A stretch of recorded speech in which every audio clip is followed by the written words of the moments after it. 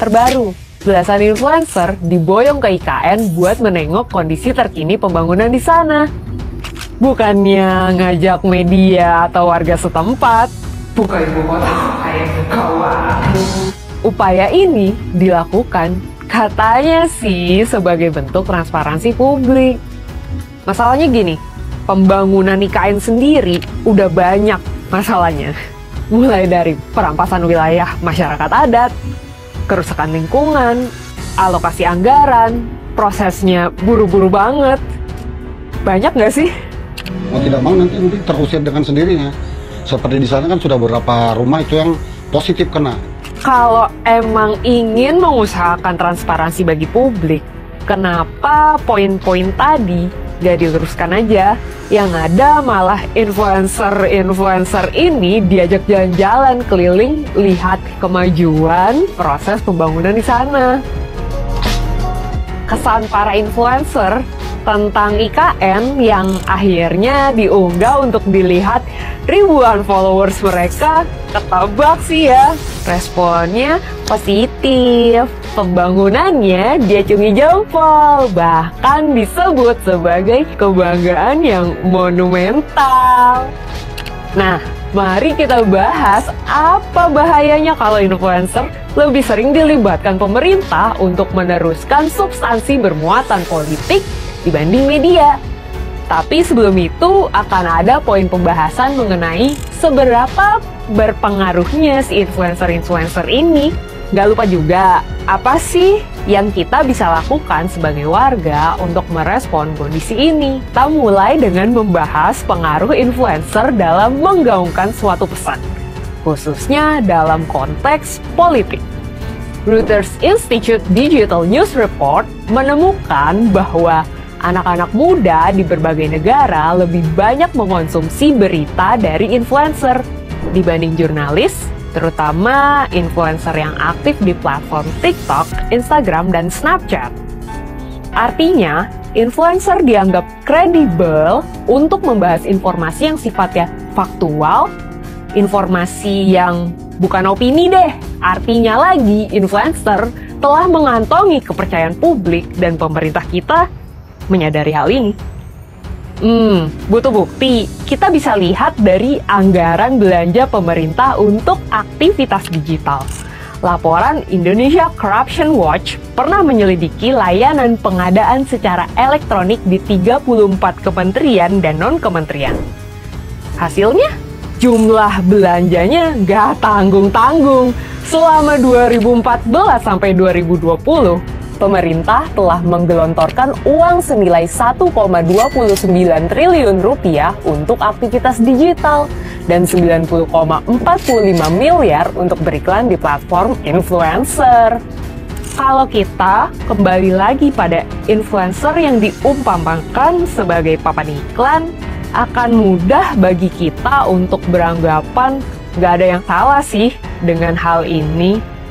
Influencer jadi medium yang top chair untuk promosi, dan pemerintah sebagai pengiklan jadi melirik mereka untuk beriklan.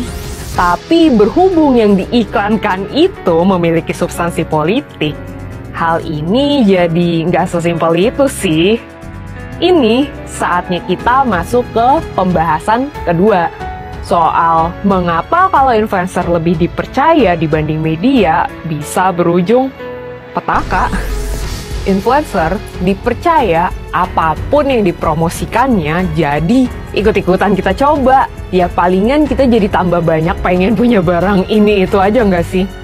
Itu kalau barang yang dipromosikan. Lah kalau kebijakan, produk hukum atau bahkan pilihan paslon dalam pemilu, yang nanggung akibatnya ya jadi satu negara dong. Mending kalau opini publik yang dipengaruhi ini cuma masalah preferensi.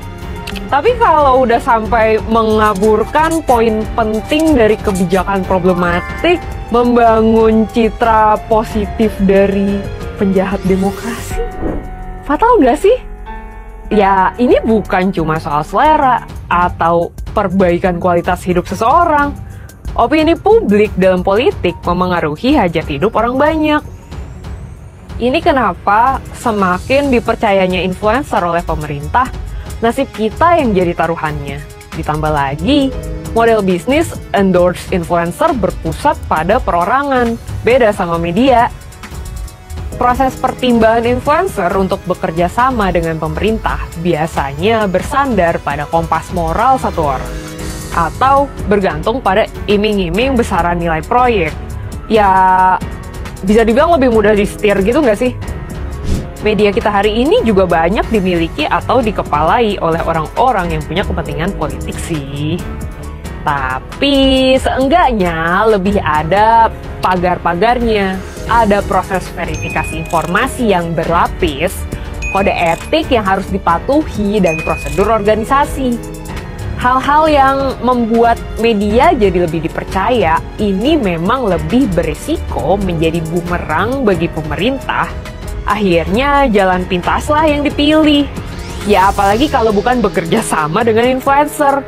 Sama-sama bisa menjangkau banyak orang dan isi pesannya bisa di-request. Ini yang terjadi kalau pemerintah lebih berupaya untuk membangun citra yang baik, bukannya kerja dengan lebih baik untuk kepentingan warga. Tapi, bentar.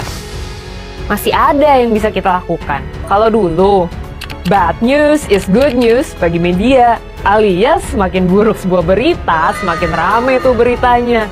Tapi akhirnya, kita pusing sendiri. Kok dunia gini-gini amat? Akhirnya bagi kita sekarang, no news is good news. Atau ada yang nyebutnya dengan istilah media fatigue.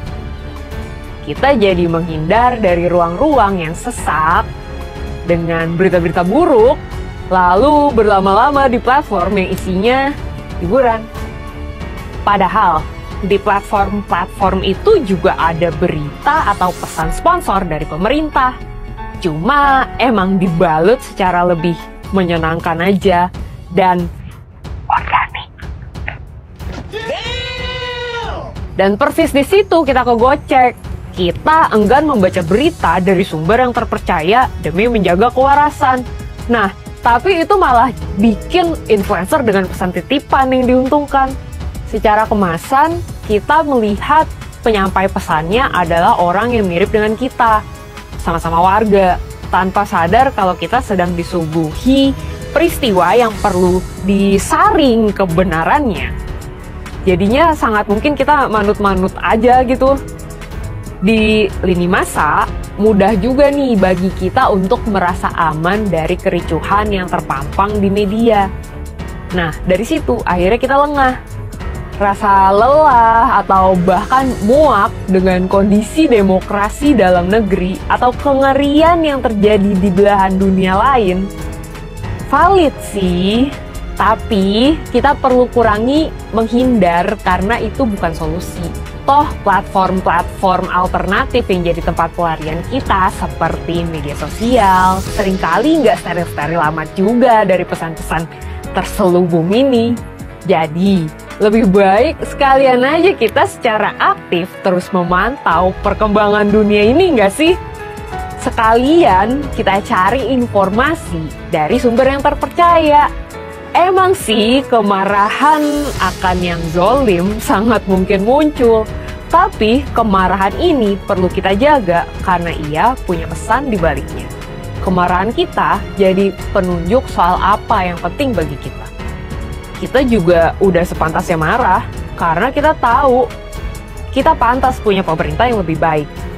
Biar kemarahan dan kesadaran ini jadi bentuk perlawanan kita yang entah harus sampai kapan, tapi semoga segera ya.